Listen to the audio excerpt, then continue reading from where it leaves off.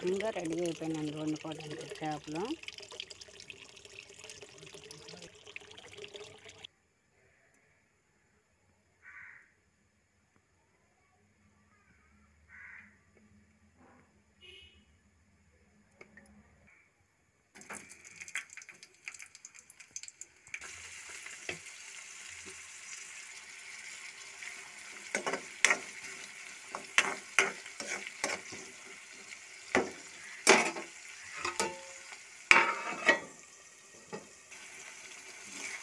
కళాయి పెట్టుకున్నామండి.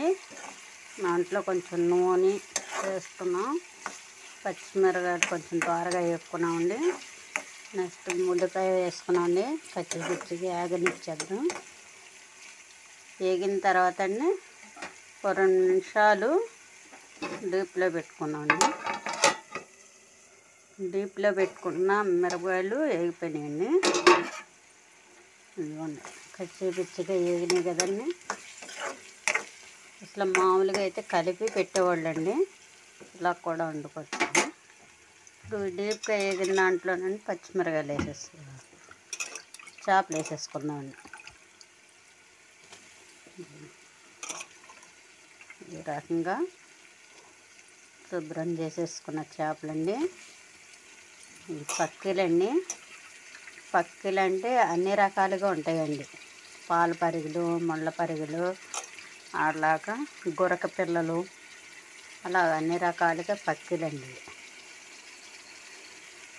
ఈ రకంగా శుభ్రం చేసుకున్నాయి. ఎంతైనా మనం డబ్బులు ఇచ్చి చేపలు చేయించుకునే కన్నా మన ఇంటికాడ మన ఓన్గా చేపలు వచ్చి చేసుకుంటే చాలా బాగుంటుందండి. నీట్గా కూడా ఉంటాయండి. మనం కొంచెం శుభ్రంగా ఎక్కువగా చేసుకుంటాం కదండి. బయట డబ్బులు ఇచ్చి చేసినా వాళ్ళు నలుగురికి చేయాలి కాబట్టి కంగారుగా చేస్తారు. అదే మనం చేసుకుంటానండి నీట్గా శుభ్రంగా కూడా ఉంటాయండి. తెల్లగా కూడా ఉంటాయి చేపలు. రుద్దుకోవచ్చు మనకు నచ్చినట్టుగా. చేప కూడా మెత్తబడదు, నలగదండి మనం చేసుకుంటే. ఇది రకంగా వేసుకున్నాను. ఇప్పుడు కొంచెం పసుపు, కొంచెం కల్లుప్పు,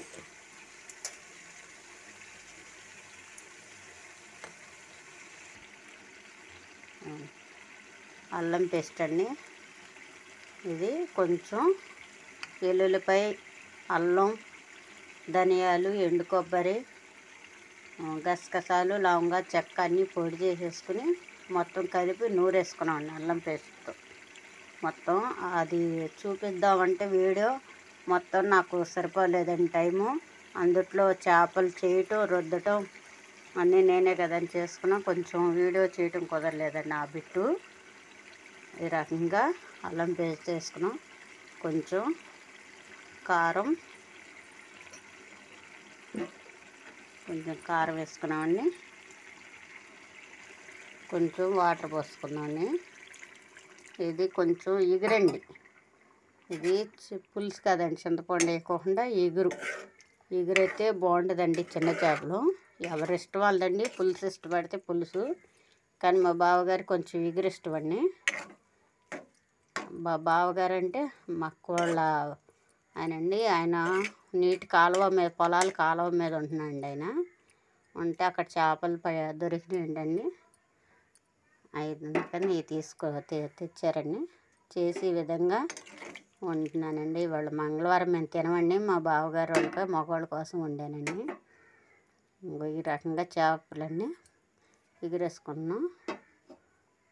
కొంచెం ఉడకనిద్దామండి.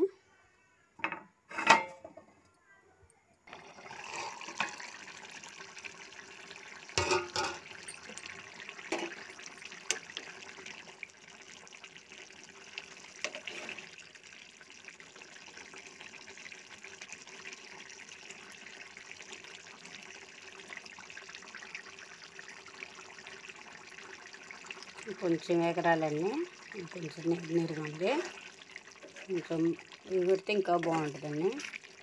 నీరుగా ఉంటే కారం పచ్చదండి చేపకి.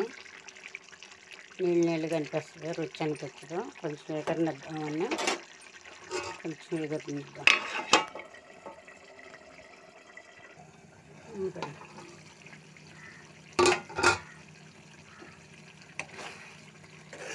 ఈ రకంగా ఎగిరిపోయిందండి చేప.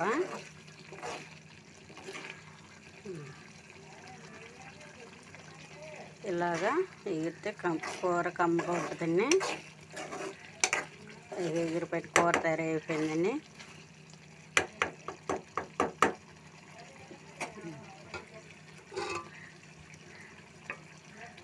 ఈ రకంగా